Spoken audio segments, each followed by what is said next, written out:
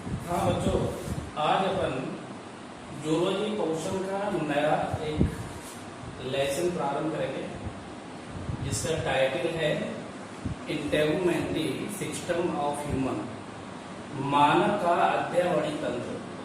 ठीक है, लेसन का क्या टाइटल है? मानव का अध्यावरी तंत्र। इसको हम इंग्लिश में इंटेगुमेंट्री सिस्टम ऑफ ह्यूमन कह देते हैं। ठीक है, अब देखिए यहाँ पर इंटेगुमेंट्री जो शब्द है इसको इंटेगुमेंट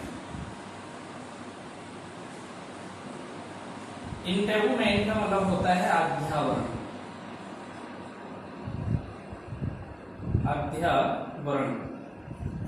इसी को अगर हम चाहें तो दूसरा नाम क्या दे सकते हैं? स्किन को क्या बोला जाता है? त्वचा। और इसी को अगर हम चाहें तो सरल भाषा में आउटर कवरिंग भी कह सकते हैं।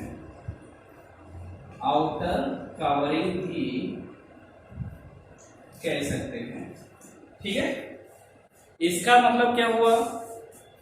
इंटेगुमेंट अध्यावरण, स्किन त्वचा, आउटर कवरिंग जो बाह्य आवरण के रूप में है, अर्थात जो ह्यूमन बॉडी होती है उस ह्यूमन बॉडी के ऊपर या ह्यूमन बॉडी पर जो बाह्य आवरण के रूप में पाई जाने वाली संरचना होती है उस संरचना को हम क्या नाम दे रहे होते हैं? अध्यावरण कह रहे होते हैं।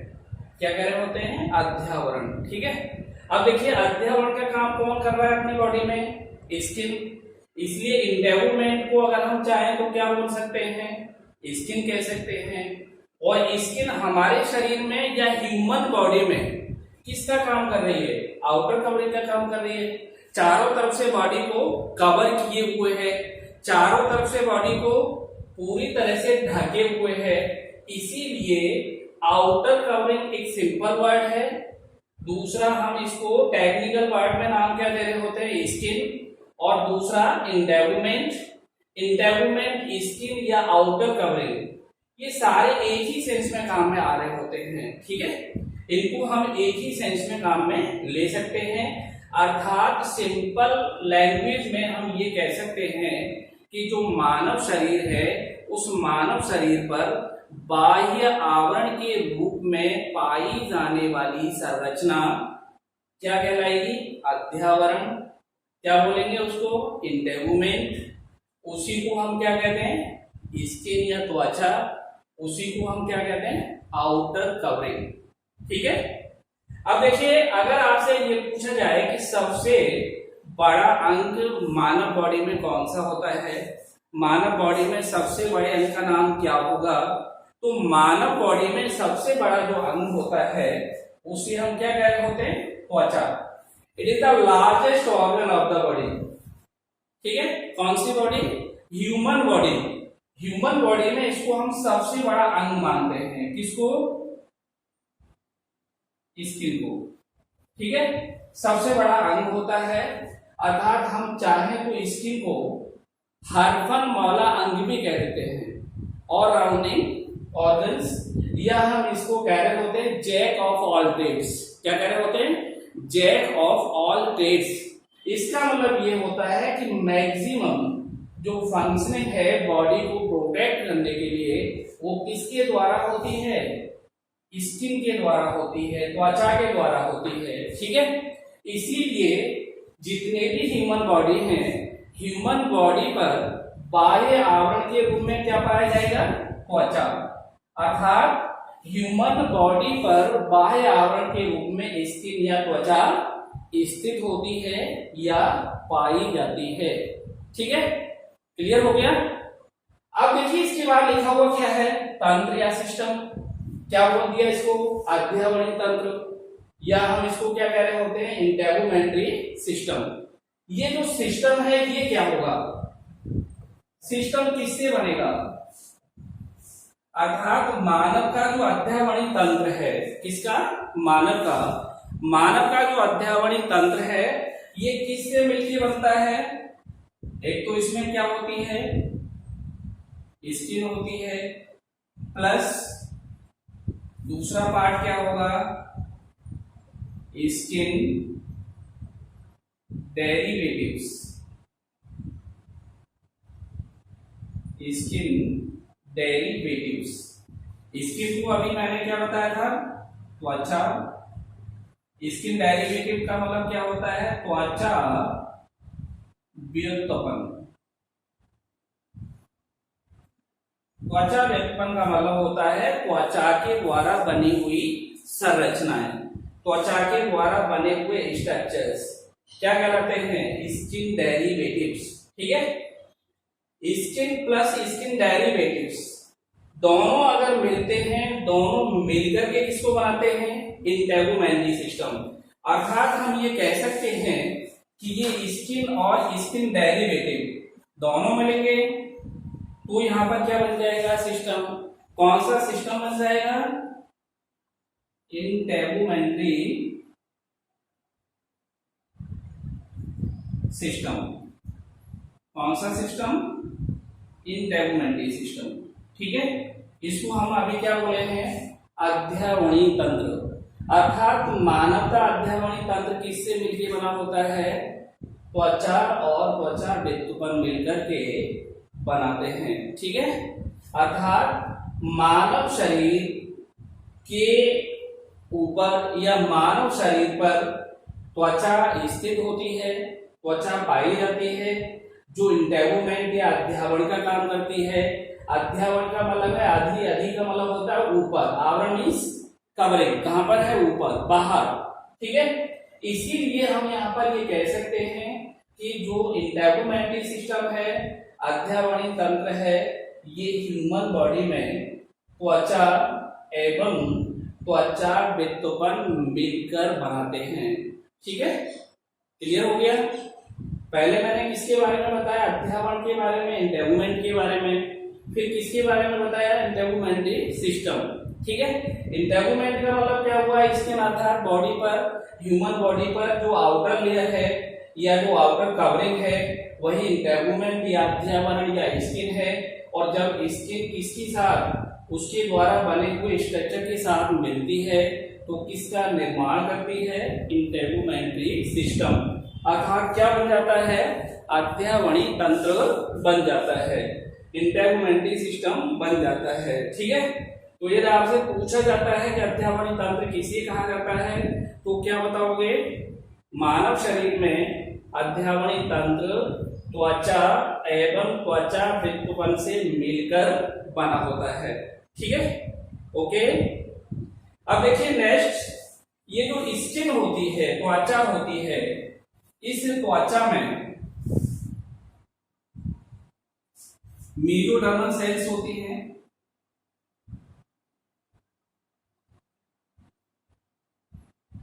तथा इसमें पिगमेंट सेल्स होती हैं जो किसका निर्माण करती हैं, पिगमेंट का। और इस पिगमेंट को कहते हैं मेलेनिन। क्या कह रहे होते हैं, मेलेनिन। अर्थात जो मानव शरीर है उसकी त्वचा या अध्यावरण में कौन सी वाली पूछते हैं, मेसोडर्मल सेल्स तथा क्या होती हैं, पिगमेंट सेल्स। पिगमेंट सेल्स किसका निर्माण कर रही होती हैं, पिगमेंट का। पिगमेंट का मतलब होता है वर्णक। कौन से वर्णक को बनाती हैं, मेलेनिन वर्णक को बनाती हैं। ठीक है, और इसी मेलेनिन वर्णक के कारण ही मानव की त्वचा का रंग होता है। अर्थात मानव की त्वचा को जो रंग प्रदान किया जाता है, जो कलर प्रदान किया जाता है, वो किसके द्वारा प्राप्त होता है, मेलेनिन के। ठीक है, मेलेनिन क्या है, पिगमेंट, जिसको हम क्या कह रहे होते हैं, वर्णक।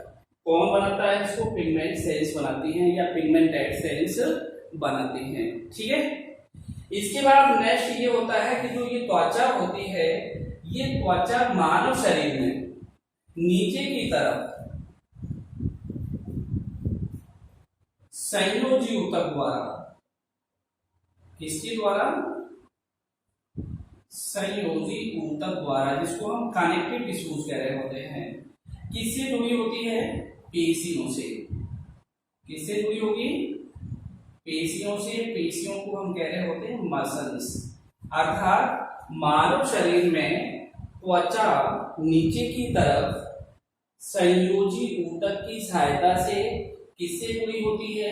पेशियों से जुड़ी होती है या मसल्स से जुड़ी होती है। ठीक है, पेशियों का अलग से चैप्टर है, पेशियों को अगर हम चाहेंगे तो अलग से भी बता सकते हैं। यहाँ पर हमें क्या बोलना पड़ेगा कि जो त्वचा है ये नीचे की तरफ संयोजी ऊतक की सहायता से किससे जुड़ जाती है? पेशियों से। ठीक है, अब देखिए ये जो त्वचा पेशियां होती हैं, ये जो लेयर है इसको हम मस्कुलर लेयर भी कह सकते हैं या मसल्स लेयर भी कह सकते हैं।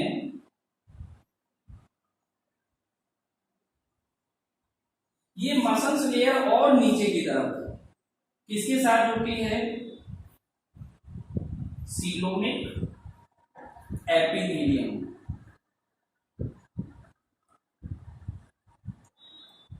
किससे जुड़ जाएगी? Coelomic epithelium. सीलोमिक को हम कह रहे होते हैं देहगुही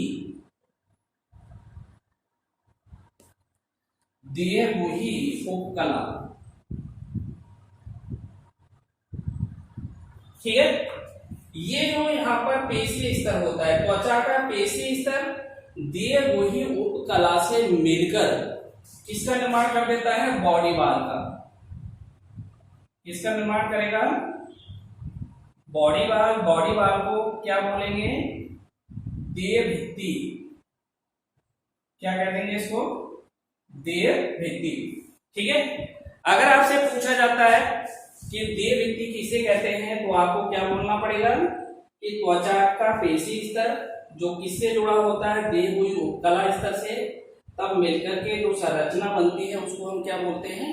देह भित्ति कह देते हैं या बॉडी वाल कह देते हैं। ठीक है, अगर देखिए हम इसको और सिंपल लैंग्वेज में समझना चाहें तो यहां पर मैं आपको एक बिल्कुल प्रैक्टिकल एग्जांपल के द्वारा समझा रहा हूं, बहुत आसानी से समझ में आ जाएगा। सपोज करिए हम एक यहां पर बकेट लेते हैं। क्या ले लेते हैं? बकेट। ठीक है, बकेट का मतलब समझते होंगे, जिसको हम क्या बोलते हैं? बाल्टी। और इस बाल्टी के अंदर हमने क्या किया? एक ये पाइप डाल दिया। ठीक है, एक हमने बकेट ले लिया और बकेट में बीच में एक हॉलो पाइप, एक पाइप या एक नलिका डाल दी। अब आप मुझे बताइए इस बकेट की ये जो स्ट्रक्चर है इसको हम क्या बोलेंगे? दीवार कहेंगे, बाल कहेंगे, और ये अंदर जो है ये पाइप है खोखला। अब इसको हम बॉडी के साथ रिजेंबल कर लेते हैं। किसके साथ में? बॉडी के साथ में।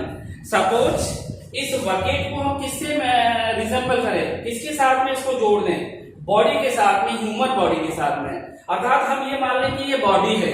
ठीक है, और ये जब बॉडी है तो बॉडी के अंदर देखिए ये जो बाहर की लेयर होगी, ये लेयर क्या कहलाएगी बताओ? Body wall. अभी जो मैं बता रहा था इसको क्या बोलेंगे? देह भित्ति कहेंगे। और ये देखिए जो खोखला पाइप है इसको एलिमेंट्री केनाल कह सकते हो। कौन सी canal? Alimentary canal. Alimentary canal का मतलब क्या होता है? आहार नाल। कौन सी नाल? आहार नाल, जिसमें हम भोजन को लेके जाते हैं। ठीक है, अब देखिए इसमें देह भित्ति और आहार नाल के बीच वाला ये पार्ट, दोनों तरफ ये क्या है? खाली स्थान बचा हुआ है। इसको हम क्या कह रहे होते हैं? देह गुहा कह रहे होते हैं, सीलोम कह रहे होते हैं, या बॉडी कैविटी कह रहे होते हैं। कौन सी गुहा कह रहे होते हैं? देह गुहा। और इसके अंदर जो द्रव भरा होता है, जैसे सपोज करिए बाल्टी में आपने पानी भर दिया, तो ये जो द्रव है इस द्रव को हम यहां पर क्या नाम देंगे? देहगुही द्रव। कौन सा द्रव? देहगुही द्रव। इसको सीलोमिक फ्लूइड बोला जाता है। Coelomic fluid. ठीक है, तो अब देखिए यहां पर हमें तीन चीजें मिल गई। एक तो देहगुहा की परिभाषा, एक देहगुही द्रव, दूसरा देह भित्ति, जिसको हम क्या बोल रहे थे? बॉडी वाल कह रहे थे। क्या कह रहे थे? बॉडी वाल, या इसको क्या बोले? देह भित्ति। ठीक है, अभी मैंने ये कहा था कि जो त्वचा का पेशीय स्तर होता है वो किसके साथ में, देहबोही उपकला के साथ मिलकर क्या बनाता है, भित्ति बनाता है। अतः हमारी जो देह भित्ति होती है ये किससे मिलकर के बनेगी, एक तो इसमें स्किन आ जाएगा जिसको हम त्वचा बोलेंगे, दूसरा इसमें मसल्स आ जाएंगे जिसको मस्कुलर लेयर भी कह सकते हैं, और तीसरा क्या आ जाएगा, सीलोमिक एपिथेलियम,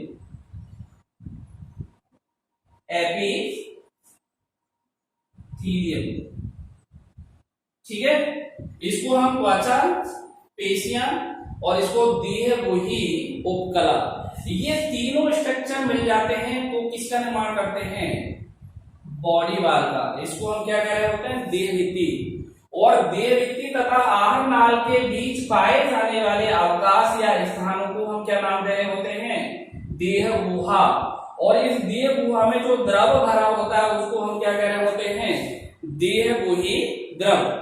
इसका मतलब ये हुआ कि हमारे शरीर पर ये जो आउटर लेयर रहेगी, आउटर कवरिंग होगी, इसी को हम क्या बोलेंगे, इंटैगोमेंट या अध्यावरण कहेंगे, ठीक है। अब देखिए इस अध्यावरण में सबसे ऊपर क्या है, स्किन है, इसके बाद क्या आ जाएगा, पेशियां, पेशियों के बाद अंदर वाली जो साइड होगी वो क्या होगी, देहबोही उपकला होगी। ये सब मिलकर के किसको बना देंगे, देह भित्ति को बना देंगे, ठीक है। इसका अर्थ ये हुआ कि जो इंटैगोमेंट है या अध्यावरण है, एक सिंपल लैंग्वेज में आप क्या कह सकते हो, मानव शरीर पर बाह्य आवरण के रूप में पाई जाने वाली संरचना अध्यावरण कहलाती है, या उसी को हम इंटैगोमेंट कहते हैं, या उसी को हम स्किन या क्या कह देंगे, त्वचा कह देंगे, ठीक है। और त्वचा तथा त्वचा से बनने वाली जो संरचनाएं होती हैं, जब वो मिल जाती हैं तो एक सिस्टम बन जाता है, एक तंत्र बन जाता है, जिसे हम मानवता अध्यावरणीय तंत्र या इंटैगोमेंट्री सिस्टम ऑफ ह्यूमन कह देते हैं, ठीक है बच्चों। क्लियर हो गया होगा। ये अभी मैंने केवल किसके बारे में बताया है, मानव के अध्यावरणीय तंत्र के बारे में, ठीक है। अब आप बताइए अध्यावरणीय तंत्र के लिए मुख्य रूप से अपन स्किन को जिम्मेदार मान रहे हैं, क्या है, त्वचा। तो इसलिए हमें किसके बारे में पढ़ना पड़ेगा आगे, त्वचा के बारे में पढ़ना पड़ेगा, स्किन के बारे में पढ़ना पड़ेगा, ठीक है ना। अब किसको लेंगे, स्किन को। स्किन को हम क्या बोल रहे होते हैं, त्वचा कह रहे होते हैं। त्वचा मीन्स शरीर की आउटर कवरिंग, ठीक है। ये जो स्किन है, इस स्किन को समझने के लिए एक हम हेडिंग लेते हैं, इसको कह रहे होते हैं हिस्टोलॉजी ऑफ स्किन। इसका मतलब होता है त्वचा की औद्योगी, त्वचा की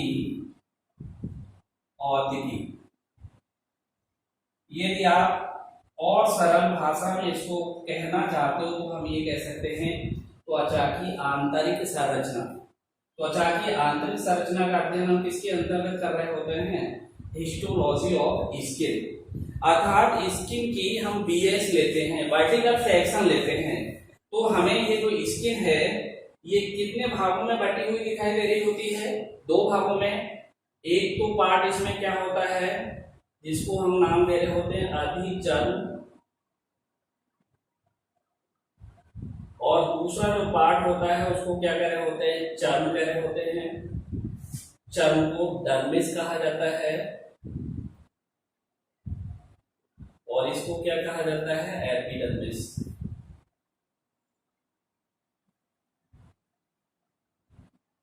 ठीक है।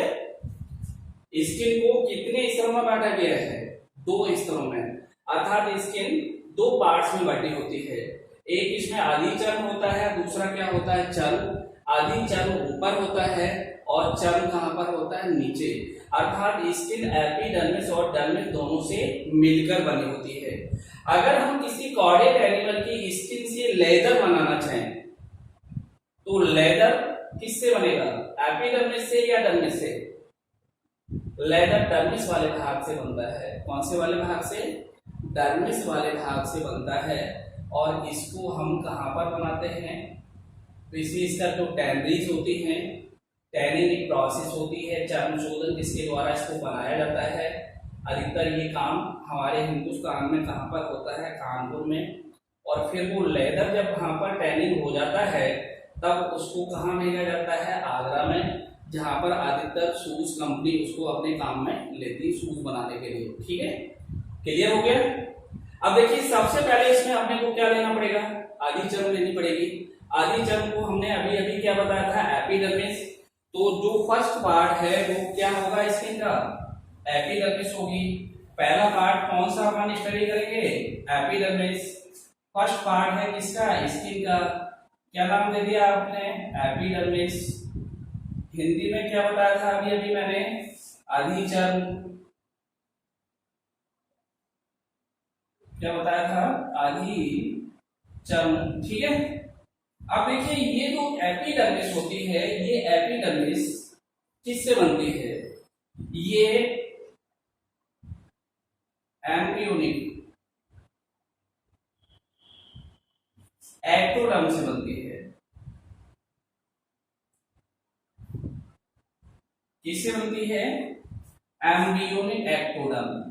आप कहोगे एम्ब्रियोनिक एक्टोडर्म किसे कहा जाता है, एम्ब्रियोनिक का मतलब होता है भ्रूणीय, एक्टोडर्म का मतलब होता है बाह्य जनन स्तर।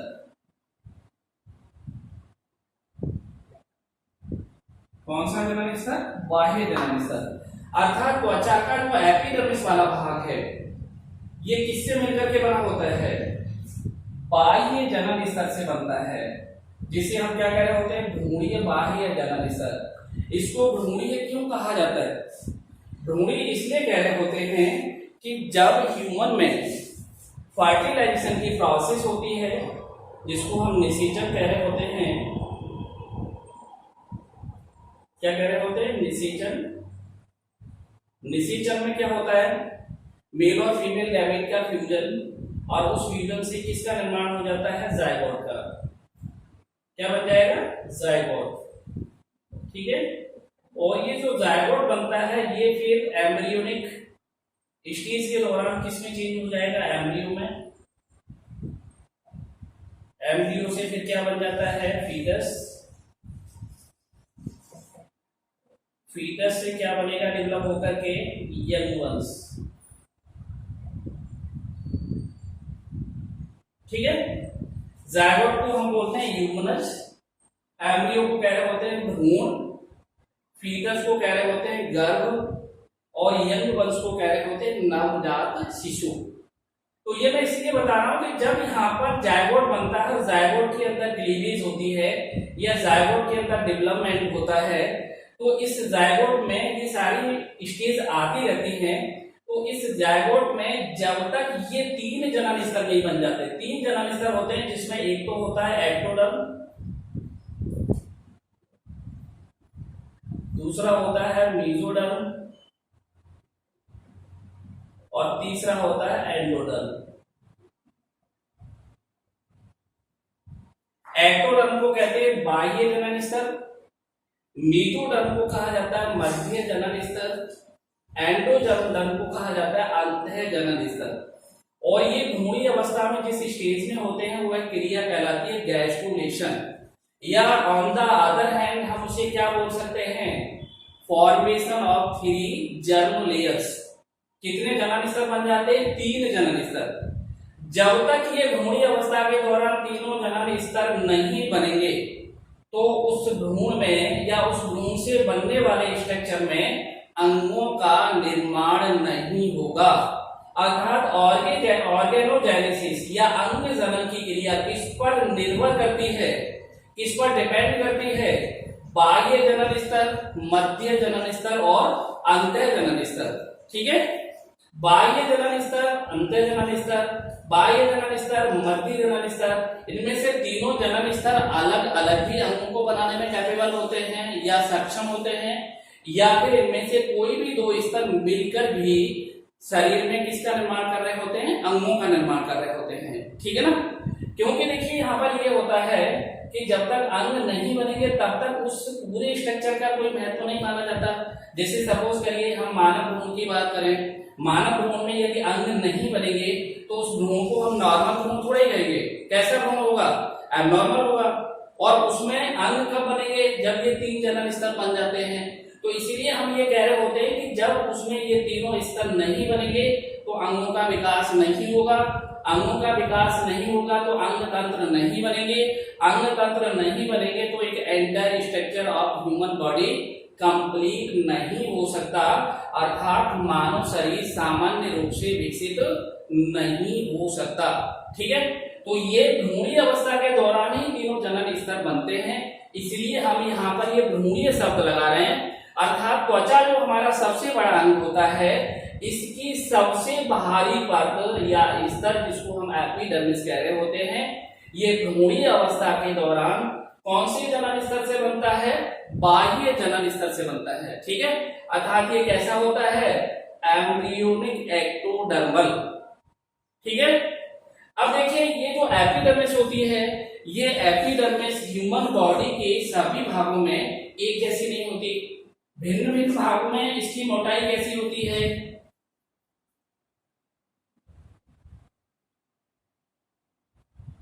भिन्न भिन्न भागों में एपिडर्मिस की थिकनेस या मोटाई कैसी होती है? भिन्न भिन्न होती है।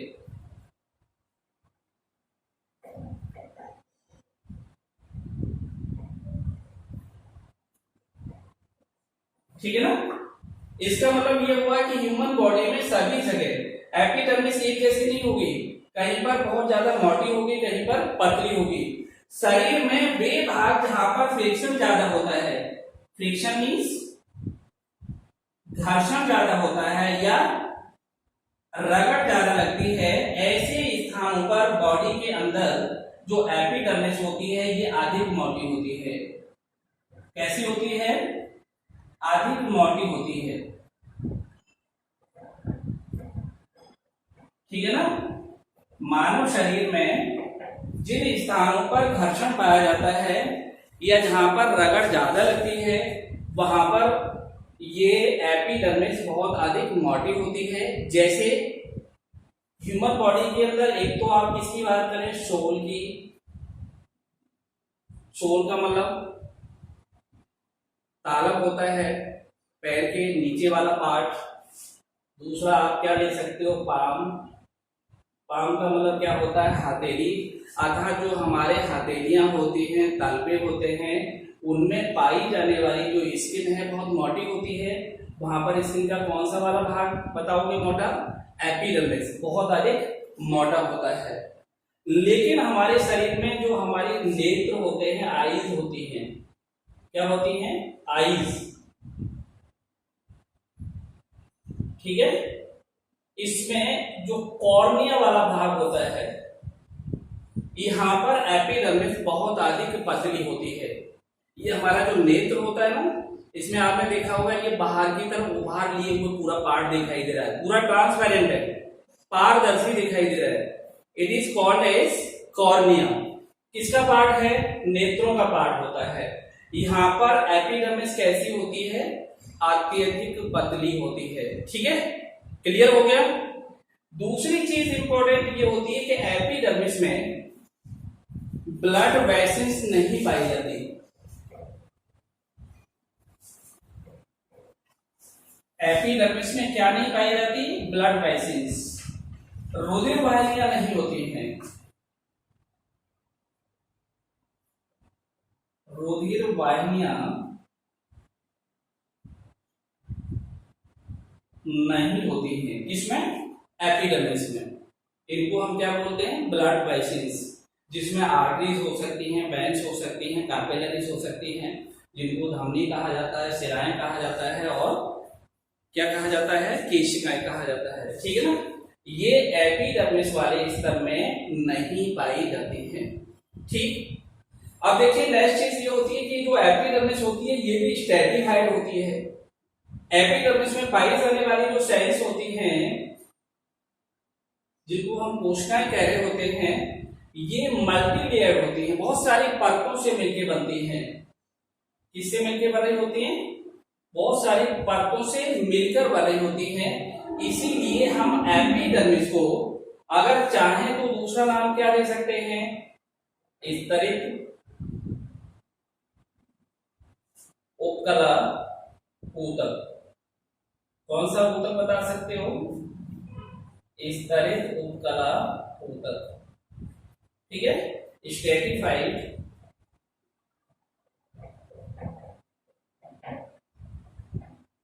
एपिथेलियल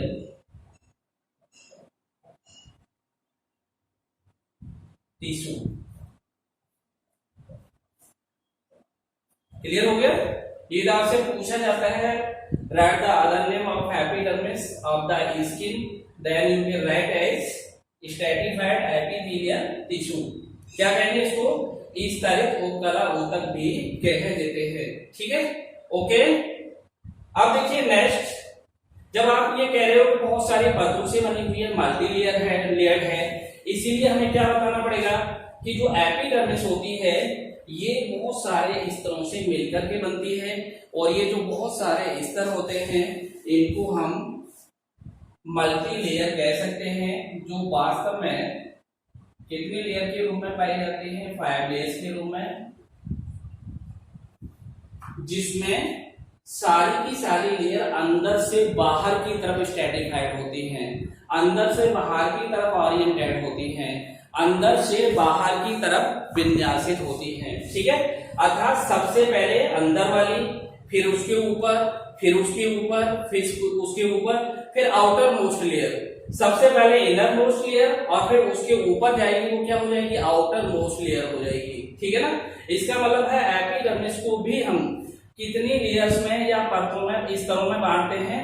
5 स्तरों में बांटते हैं, जो अंदर से किधर विन्यासित होते हैं?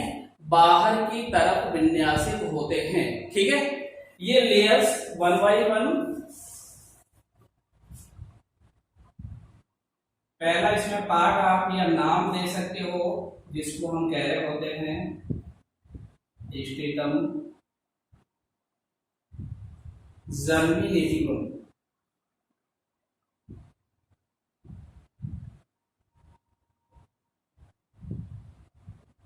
इसको हिंदी में कहा जाता है अंकुरण स्तर।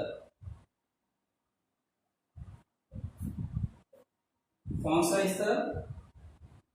अंकुरण स्तर। या इसका दूसरा नाम आप चाहते हो तो इसको हम कह रहे होते हैं स्टेटम मालपीघी,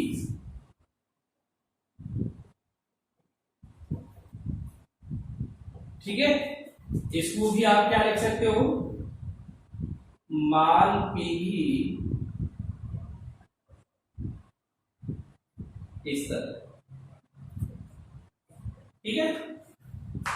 इसमें जो पहली लेयर आती है एपिडर्मिस को, अभी आपने कहा कि ये भी बहुत सारे स्तरों से मिलकर के बनती है। बहुत सारे स्तरों का मतलब 5 स्तर होते हैं, जो अंदर से बाहर की तरफ ओरिएंटेड होते हैं, विन्यासित होते हैं।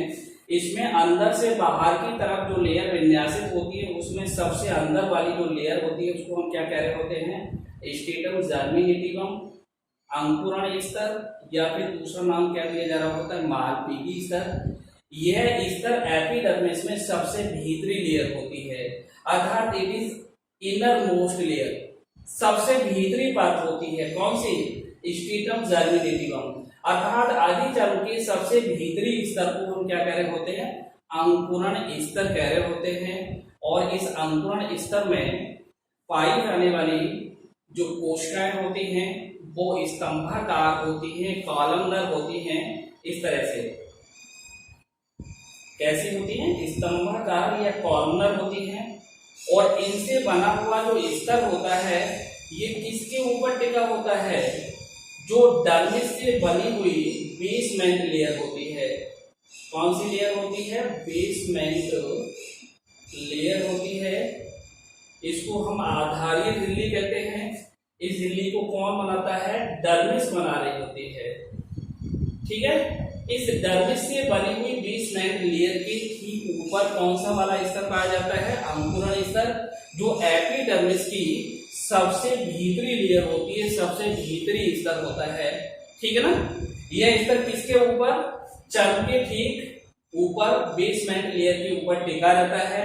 इसमें मैंने अभी आपको बताया था पाई जाने वाली कोशिकाएं, क्योंकि अंकुरण लिखा हुआ है, जर्मिनेटिवम लिखा हुआ है, इसमें पाई जाने वाली जो सेल्स होती हैं, कोशिकाएं होती हैं, वो कैसी होती हैं, जैविक होती है, सजीव होती हैं, ठीक है। जो अपना पोषण कहां से प्राप्त करती हैं, चर्म में पाई जाने वाली रुधिर कोशिकाओं से। ये सजीव कोश, मैंने अभी बताया था एपिडर्मिस में रुधिर वाहिनियां है नहीं, तो जब यहाँ पर ये कोशिकाएं सजीव हैं तो उनको पोषण चाहिए। ये सजीव कोशिकाएं अपना भोजन कहां से प्राप्त कर रही होती हैं, डर्मिस में पाई जाने वाली रुधिर कोशिकाओं से ये अपना भोजन प्राप्त करती हैं, तथा निरंतर इनमें क्या होता रहता है, सेल डिवीजन, इनमें लगातार विभाजन होता रहता है, और इस कारण से ये कोशिकाएं नई नई परतों को बनाती रहती हैं और जो ऊपर की तरफ निरंतर खिसकती रहती हैं, ठीक है। नई कोशिकाएं आ जाती हैं, पुरानी कोशिकाओं को किधर धकेल देती हैं, ऊपर की तरफ या बाहर की तरफ धकेलती रहती हैं, ठीक है ना। इसके बाद दूसरी चीज ये होती है कि ये कोशिकाएं जो बन रही होती हैं अंकुरण स्तर की, ये कोशिकाएं क्या करती हैं, ये कोशिकाएं चर्म से बाहर की तरफ इस तरह से उभार के रूप में बनी होती है। इनके ऊपर ही यहाँ पर ये क्या बनी होती है, एपिडर्मल सेल्स इस तरह से लगी होती हैं। कौन सी सेल लगी होती है, एपिडर्मल सेल, ठीक है। तो ये जो उभार दिखाई दे रहे होते हैं चर्म से बाहर की तरफ, इन उभार को हम नाम दे रहे होते हैं रेटिपेक्स। क्या नाम दे रहे होते हैं, रेटिपेक्स। कई बार ये नीट क्वेश्चन में आ जाते हैं, रेटिपेक्स किसे कहा जाता है, तो इसलिए यहाँ पर हम रेटिपेक्स किसको कह रहे होते हैं, अंकुरण स्तर को बनाने वाली जो कोशिकाएं होती हैं, स्तंभाकार या कॉलमनर होती हैं, इन कोशिकाओं के द्वारा बना हुआ जो स्तर होता है, उसमें जो चर्म से बाहर की तरफ जो उभार दिखाई देते हैं, इन उभारों को या कगारों से बने हुए इन उभारों को ही हम क्या कह रहे होते हैं, रेटिपेक्स कह रहे होते हैं। और इन कोशिकाओं के अंदर ही क्या पड़ा होता है, पिगमेंट सेल्स होती हैं या पिगमेंट्स होते हैं, जो मैंने बताया था, जिनको हम क्या कह रहे होते हैं, वर्णक कह रहे होते हैं। और ये वर्णक कौन सा वर्णक बताया था मैंने, मेलानिन वर्णक बताया था। इस मेलानिन वर्णक के कारण ही त्वचा को एक विशेष प्रकार का रंग मिलता है, अर्थात ह्यूमन बॉडी का जो कलर है वो किसके कारण होता है, मेलानिन पिगमेंट के कारण होता है, ठीक है। तो पहला एपिडर्मिस में कौन सा वाला लेयर कंप्लीट हो गया, अंकुरण स्तर। अंकुरण स्तर के बाद दूसरी लेयर लेते हैं या दूसरे स्तर को लेते हैं, जिसका नाम है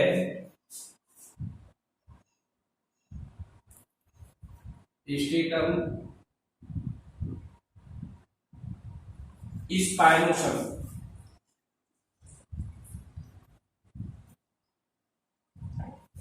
स्टेटम स्पाइनोसम हिंदी में नाम दे दीजिए शूल स्तर,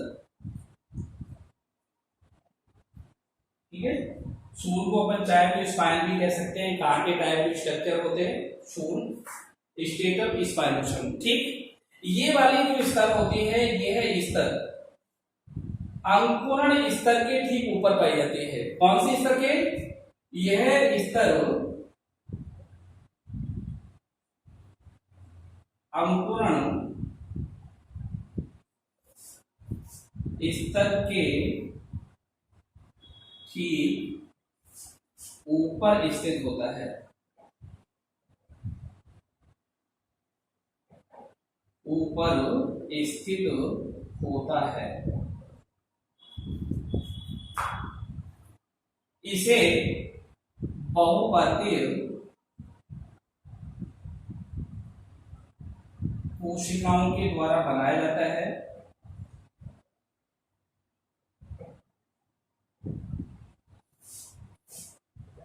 कौन सी कोशिकाओं के द्वारा, बहुपर्तीय। बहुपर्तीय का मतलब है कोशिकाओं के द्वारा बहुत सारी परत बनी होती है, वो सारी परत मिलकर के कौन से वाले स्तर को बना रही होती है, शूल स्तर को या स्टेटम स्पाइनोसम को बना रही होती है, ठीक है ना। अब देखिए इस स्तर में पाई जाने वाली जो कोशिकाएं होती हैं वो पॉलीहेड्रल होती हैं, बहुकोणीय। कैसी होती हैं? बहुकोणीय होती हैं। इसको यदि हम चाहें तो पॉलीगोनल कहते हैं या पॉलीहेड्रल कहते हैं।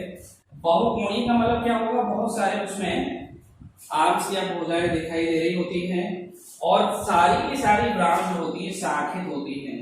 कैसी होती है? शाखित होती हैं। जैसे सपोज करिए मैंने यहाँ पर ये बना दिया स्ट्रक्चर, अब ये स्ट्रक्चर बना दिया,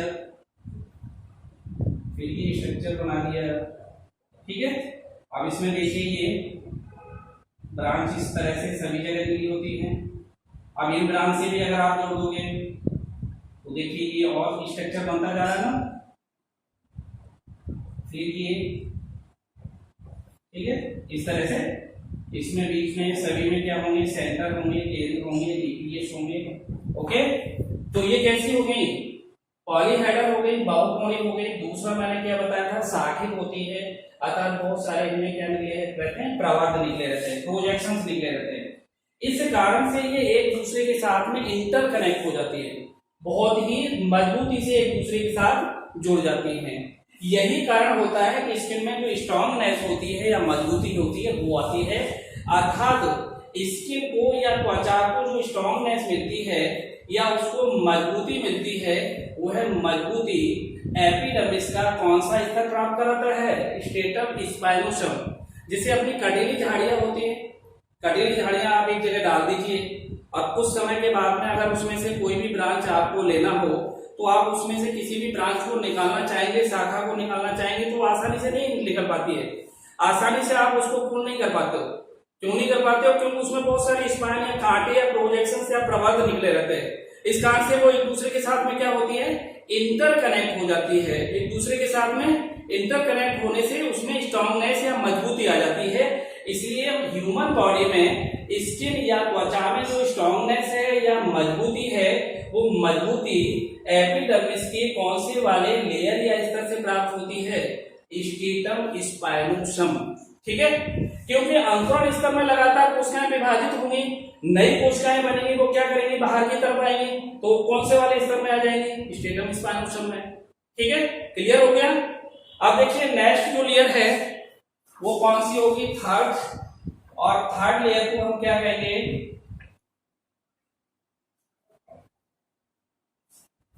थर्ड लेयर का नाम दे रहे होते हैं स्ट्रेटम ग्रैन्युलोसम।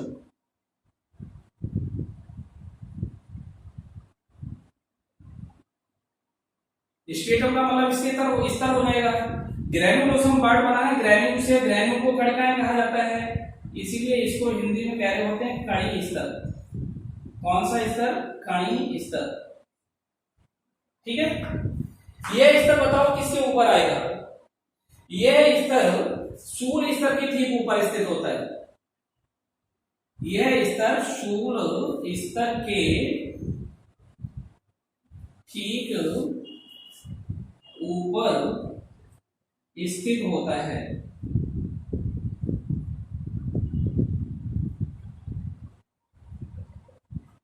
कौन से स्तर के? सूर्य स्तर के। सूर्य स्तर किसके ऊपर था? अंकुरण स्तर के। अंकुरण स्तर कहां पर था? सबसे भीतरी स्तर। उसके बाद कौन सा आया? सूर्य स्तर। सूर्य स्तर के ऊपर कौन सा स्तर आ जाएगा? स्ट्रेटम ग्रैन्युलोसम आता है। ठीक है, इस स्तर में लगभग 5 से 6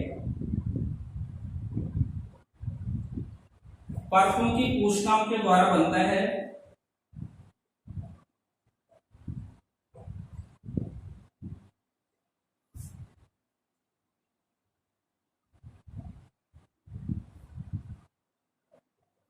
ठीक है, अर्थात इसमें कितने परतें होती हैं? 5 से 6 परत होती हैं। 5 से 6 परतों की कोशिकाएं मिलकर के कौन से वाले स्तर को बना रही होती हैं? स्ट्रेटम ग्रैन्युलोसम बना रही होती हैं।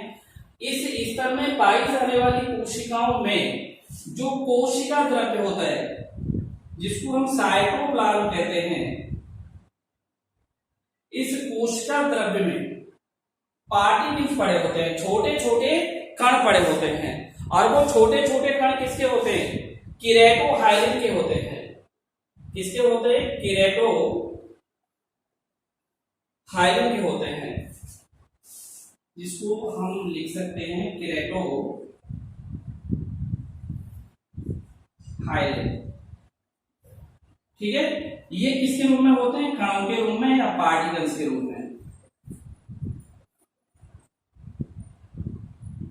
इसके रूप में, कणों के रूप में या पार्टिकल्स के रूप में। ठीक है ना, इसीलिए इसके कोशिका द्रव्य में केराटो हाइलन पार्टिकल्स के रूप में है, पार्टिकल्स के रूप में पाया जा रहा है। इस कारण से इस स्तर का नाम क्या दिया गया है? ग्रैनुलोसम या कड़की स्तर कहा गया है। ठीक है ना, तो पहला मैंने अंकुरण स्तर बताया, दूसरा शून्य स्तर बताया, तीसरा कौन सा वाला स्तर हो गया? कणी स्तर हो गया, क्योंकि मैंने कितनी लेयर बताई थी इसमें? 5, 3 कंप्लीट हो गई। कौन सा नाम लेके आगे? 4, और इसका नाम है स्टेटम ल्यूसीडम। इसको बहुत सारे लोग ल्यूसीडियम भी बोल देते हैं।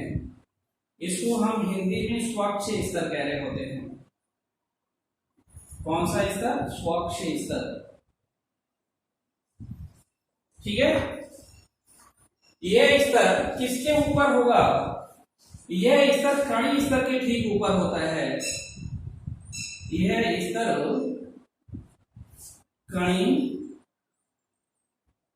स्तर के ठीक ऊपर होता है।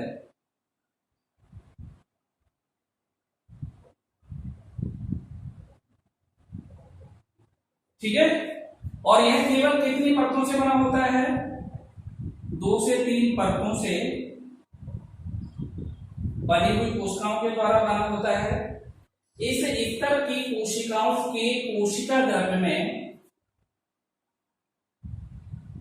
इरिडियम पदार्थ पड़ा होता है, और इस इरिडियम पदार्थ के कारण जो कोशिकाएं होती हैं वो कैसी हो जाती हैं? पारदर्शी हो जाती हैं। कैसी हो जाती हैं? पारदर्शी, ट्रांसपेरेंट, तथा ये चपटी हो जाती है, फ्लैट। कैसी हो जाती हैं? चपटी हो जाती हैं या फ्लैट हो जाती है। और ये जो इरिडियम है ये किससे बनता है? केराटो हाइलिन के विघटन से बनता है। जब केराटो हाइलिन का डिसोसिएशन हो जाता है तो अगली जो कोशिकाएं हैं अगली परत में जा रही होती हैं, वो किसमें कन्वर्ट कर देती हैं? कोशिका द्रव्य को इरिडियम कोशिका द्रव्य में। इसके कारण कोशिकाएं चपटी हो जाती हैं, पारदर्शी हो जाती हैं, और इन कोशिकाओं में पाया जाने वाला जो न्यूक्लियस होता है वह न्यूक्लियस नष्ट हो जाता है। केंद्रक भी कैसा हो जाता है? नष्ट हो जाता है। ठीक है, इस कारण से इन कोशिकाओं में एक क्षमता उत्पन्न हो जाती है, और वो क्षमता किसकी होती है? वो क्षमता होती है जल को शरीर में प्रवेश करने से रोकने की। अर्थात इस कारण से हमारी जो त्वचा होती है वो जल रोधी बन जाती है। कैसी बन जाती है? जल रोधी बन जाती है, अर्थात इसको हम वाटर प्रूफ लेयर भी कह देते हैं। ठीक है ना, जब हम स्नान करते हैं तो आपने देखा होगा जो वाटर है वो हमारी त्वचा के द्वारा शरीर के अंदर थोड़ा ही जाता है। शरीर के अंदर जाने से रोकने का काम कौन कर रहा है? स्टेटम ल्यूसीडम कर रहा होता है। स्टेटम ल्यूसीडम क्यों? क्योंकि इसमें एलाइडिन थ्रेड और कैसा पारदर्शी बना दिया सेल को। सेल ट्रांसपेरेंट हो जाती है। ट्रांसपेरेंट होने के बाद ये वाटर को अंदर जाने से रोक देती है, इसलिए हम इसको वाटर प्रूफ लेयर भी कह सकते हैं, या दूसरा नाम इसको बैरियर लेयर भी कह सकते हैं। दूसरा बैरियर लेयर का मतलब क्या होगा? अवरोधक परत। इसे हम अवरोधक परत भी कह सकते हैं। स्वच्छ स्तर का दूसरा नाम यहाँ पर क्या लिखा जा सकता है? अवरोधक परत भी लिखा जा सकता है। ठीक है, क्योंकि यह स्तर में पाई जाने वाली सेल्स क्या नहीं होने देती हैं? शरीर में पानी को प्रवेश नहीं करने देती। इसलिए दूसरा इसका अगर आप नाम देना चाहते हैं तो इसे हम जल रोधी परत भी कह सकते हैं, अर्थात वाटर प्रूफ लेयर भी कह सकते हैं। अर्थात हमारी स्किन को या हमारी त्वचा को वाटर प्रूफ कौन बनाता है? स्टेटम ल्यूसीडम बनाता है, जो किसकी लेयर होती है, एपिडर्मिस की। एपिडर्मिस किसकी लेयर है, स्किन की। स्किन को कितने भागों में बांटा, 2 भागों में, एपिडर्मिस और डर्मिस। एपिडर्मिस कितने स्तरों से मिलकर के बना होता है, 5 स्तरों से। पांचों स्तर अंदर से किधर ओरिएंटेड होते हैं, बाहर की तरफ, जिसमें पहला मैंने नाम क्या बताया था, क्योंकि स्ट्रेटिफाइड है, स्ट्रेटिफाइड का मतलब स्तर बनाता हुआ जा रहा है, तो पहला नाम मैंने दिया था स्ट्रेटम जर्मिनेटिवम, दूसरा नाम दिया था स्ट्रेटम स्पाइनोसम, तीसरा नाम दिया था स्ट्रेटम ग्रैनुलोसम, चौथा नाम क्या दिया अभी, स्ट्रेटम ल्यूसिडम। ठीक है, जिसका दूसरा नाम क्या दिया है अभी, स्वच्छ स्तर या वाटर प्रूफ लेयर। ओके, अब देखिए लास्ट कौन सा वाला पॉइंट आएगा, 5th पॉइंट आएगा, 5वां point. Now come to the 5th point, like that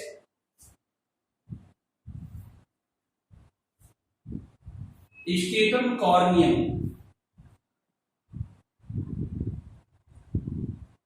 stratum corneum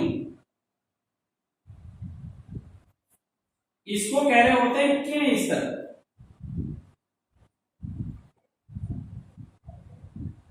कौन सा स्तर बोलते हैं, किन स्तर। कई बार बच्चे बहुत गलती कर देते हैं, कणी स्तर और किन स्तर को एक ही मान लेते हैं। कणी का मतलब है ग्रैनुलम, ग्रैन्यूल्स, और किन का मतलब क्या होता है, कॉर्नियम, जो स्ट्रेटिफाइड है और पूरी तरह से निर्जीव स्तर होता है। पूरी तरह से कैसा होता है, ये निर्जीव होता है। इसमें कोशिकाएं पूरी तरह से डेड हो चुकी होती हैं, इसीलिए हम इसको कौन सा लेयर नाम दे रहे होते हैं, कॉर्नियम या किन स्तर कह रहे होते हैं। यह सबसे बाहरी स्तर होता है। इसका मतलब क्या होगा, एपिडर्मिस में ये कैसा हो गया, सबसे ऊपर वाला स्तर होता है।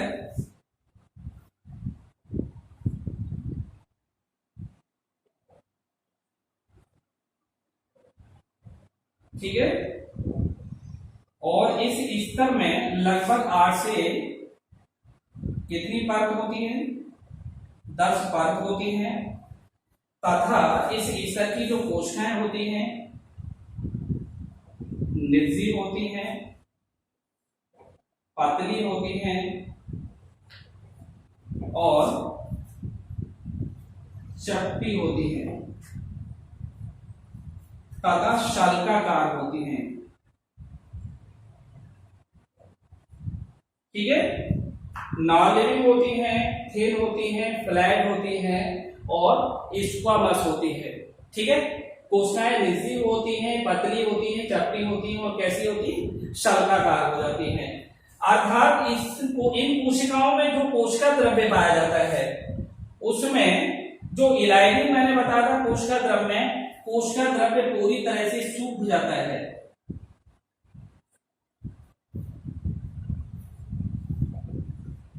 इस कारण से कोशिकाएं कैसी हो जाती हैं, मृत। अर्थात उनमें इलाइनिन कौन से पदार्थ में कन्वर्ट हो जाएगा, या तो हम उसको हॉर्न कह दें जिसको श्रृंग कहा जाता है, या फिर इसका दूसरा नाम दिया जाता है केराटिन।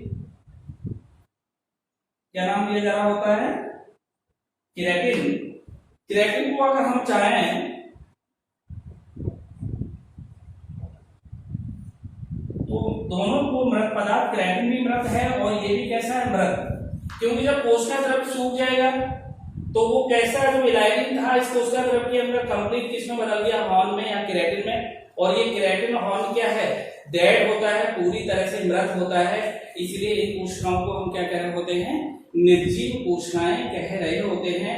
अर्थात ये कोशिकाएं कैसी हो जाती हैं, एकदम से डेड हो जाती हैं।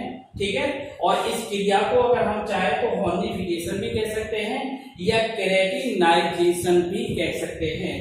क्लियर हो गया। अब देखिए नेक्स्ट, इस परत की विशेषता क्या होती है। इस परत की विशेषता ये होती है कि जब इसमें सारी कोशिकाएं डेड हो गई तो ये कोशिकाएं सारी की सारी बाहर की तरफ धकेली जाएंगी। जो अंकुरण स्तर है, लगातार नीचे वाला स्तर है, उसमें लगातार कोशिकाएं वृद्धि करेंगी तो वो नई कोशिकाएं वहां पर आएंगी, पुरानी कोशिकाओं को किधर धकेलती रहेंगी, बाहर की तरफ। तो इस स्तर में आकर के जो कोशिकाएं हैं ये समय समय पर एपिडर्मिस या त्वचा से अलग होती रहती है, और या तो छोटे छोटे टुकड़ों में या फिर ये एक साथ भी अलग हो जाती हैं। इस कारण से त्वचा की सफाई भी होती रहती है और जो त्वचा होती है वो कैसी हो जाती है, रोगाणु रहित हो जाती है, उसमें किसी तरह के रोगाणु त्वचा के ऊपर नहीं स्टे कर पा रहे होते हैं। ठीक है, तो एक तरह से ये प्रोटेक्टिव प्रोसेस हुई हमारे शरीर में। किसके शरीर में? ह्यूमन बॉडी के शरीर में। क्लियर हो गया? अब देखिए नेक्स्ट चीज ये होती है कि हमारे शरीर में जहां पर मैंने बताया था एपिडर्मिस मोटी होती है, वो कौन से वाले पार्ट थे जहां घर्षण ज्यादा होता है, उनमें मैंने एक तो आपको किसका नाम दिया था, सोल का, दूसरा नाम दिया था पाम का। पाम मीन्स क्या बताया था, हथेली, सोल मीन्स तलवार का। जो तलवार और हथेलियां होती हैं उनमें से ये वाली जो लेयर है छोटे छोटे पार्ट्स में टूट करके हटती रहती है, लेकिन कुछ एनिमल ऐसे होते हैं जिनमें यह एक साथ हट जाती है। वो ह्यूमन बॉडी की बात नहीं कर रहा मैं, कॉर्डेट की बात कर रहा हूं। जो रेप्टिलियंस होते हैं, जैसे आपने एक नाम सुना होगा स्नेक का, जिसको हम सर्प बोलते हैं। आपने पढ़ा होगा सर्पों में कैंचुलीकरण की क्रिया होती है, जिसको हम सिलाफिंग कह रहे होते हैं। अतः सर्पों में क्या करते हैं, ये इस वाले स्तर को एक साथ हटा देते हैं, जबकि हमारे शरीर में या ह्यूमन बॉडी में छोटे छोटे पार्ट्स के रूप में ये टूट टूट करके अलग होती रहती है। ठीक है, तो एपिडर्मिस कितनी लेयर से बना हुआ होगा? 5 से, जिसमें सबसे पहली लेयर का नाम क्या दिया था, अंकुरण स्तर, उसके बाद सूल स्तर, उसके बाद कड़कीय स्तर, उसके बाद स्वच्छ स्तर, और अभी लास्ट में क्या पढ़ा आपने, स्टेटम कॉर्नियम, या कौन सा नाम दे दिया, किरण स्तर नाम दे दिया। ठीक है, एपिडर्मिस स्ट्रेटिफाइड हो गया, 5 लेयर से मिलके बना होता है। पांचों लेयर अंदर से बाहर की तरफ स्ट्रेटिफाइड होती हैं, अंदर से बाहर की तरफ ओरिएंटेड होती हैं, व्यवस्थित होती हैं। ठीक है ना, क्लियर हो गया? अब देखिए इसमें मैं आपको चाहूं तो केराटिनाइजेशन की क्रिया को बता देता हूं। कई बार हमसे पूछा जाता है कि बताओ हमारे बाल या हमारे नाखून किससे बने होते हैं, तो हम लोग कह रहे होते हैं कि ये डेड प्रोटीन से बनते हैं। और वो डेड प्रोटीन कौन सी होती है, जिसको हम अभी अभी क्या बोले थे, केराटिन। इस केराटिन को ही हम क्या कह रहे होते हैं, डेड प्रोटीन्स। ये किसके कारण बनी थी, अभी हॉर्निफिकेशन या केराटिनाइजेशन। अर्थात इसीलिए आपने देखा होगा जब स्किन से नाखून या नेल्स बाहर आते हैं तो आप इजीली इनको काट लेते हो, ट्रम कर लेते हो, कोई पेन नहीं होता। अगर इनको खींचे या पुल करें तो पेन होता है। ठीक है, वैसे ही आपने देखा होगा हमारे ये जो हेयर्स होते हैं, हालांकि हम हेयर्स नहीं बोल सकते, हेयर का प्लूरल हेयर्स होता नहीं है। बायोलॉजी के अंदर हम हेयर्स लिख सकते हैं, there is no any mistake. Clear हो गया? तो हमारे जो हेयर्स हैं इनकी अगर हम कटिंग कर रहे होते हैं तो पेन थोड़ा ही होता है, लेकिन अगर इनको हम पुल करना चाहें, खींचना चाहें तो क्या होगा, पेन होगा। अब ऊपर पेन क्यों नहीं हो रहा है कि ऊपर वाला भाग जिसको हम स्टेटम कॉर्नियम कह रहे थे पूरी तरह से डेड हो गया है। सेल कैसे हो गई, नजदीक हो गई है।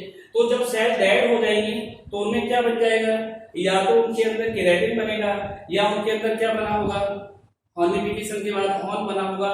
तो ये कैसे हैं, डेड हैं, इस कारण से उनमें किसी भी तरह की कोई पेन नहीं होती। लेकिन लोग कहते हैं कि फिर इनमें वृद्धि कैसे होती है, वृद्धि नहीं हो रही है। जो लास्ट वाला एपिडर्मिस का जो इनर मोस्ट लेयर है अंकुरण स्तर, उसमें कोशिकाएं जब लगातार विभाजन करेंगी तो नई कोशिकाओं को बनाएंगी, और नई कोशिकाएं बनेगी तो किधर धकेलेंगी, पुरानी कोशिकाओं को बाहर की तरफ। इसलिए ये कोशिकाएं बाहर की तरफ आ रही होती हैं, और जब ये कौन सी वाली लेयर में लगभग पहुंच रही होती है, स्टेटम कॉर्नियम में, तो पूरी तरह से डेड हो जाती है। इसलिए हमारे बाल काटते समय या नाखून को काटते समय किसी तरह का कोई पेन नहीं होता है। ठीक है, क्लियर हो गया? अब देखिए इसको हम चाहे तो एक अलग से इसका हेडिंग दे दें, जिसको हम हॉर्निफिकेशन कह रहे हैं, या तो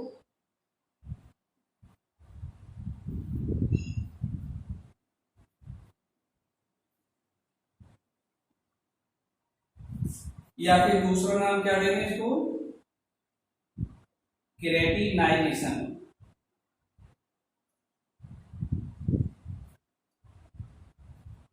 ठीक है, केराटिनाइजेशन का मतलब क्या होगा, केराटिनीकरण, और हॉर्निफिकेशन का मतलब क्या होगा, जिसको हम कह रहे होते हैं श्रृंगी भवन। इसको अगर हमें डिफाइन करना है, परिभाषित करना है, तो क्या लिखना पड़ेगा? इसमें हमें बताना होता है कि एपिडर्मिस की सबसे बाहरी परत या कोशिकाओं में एक विशेष प्रकार का केराटिन पदार्थ का निर्माण हो जाता है, इसीलिए इस क्रिया को केराटिनाइजेशन या हॉर्निफिकेशन श्रृंगी भवन कह देते हैं। ठीक है, इससे बनने वाले जो केराटिन है, ये केराटिन कैसा हो गया? डेड हो गया। अब ये जो केराटिन है या हॉर्न है, ये क्या करेगा? हमारे बाह्य अंगार के विभिन्न पार्ट्स को बनाने का काम करता है, जिसमें नेल्स हो सकते हैं या फिर क्या हो सकते हैं? हेयर्स हो सकते हैं। ठीक है, ओके।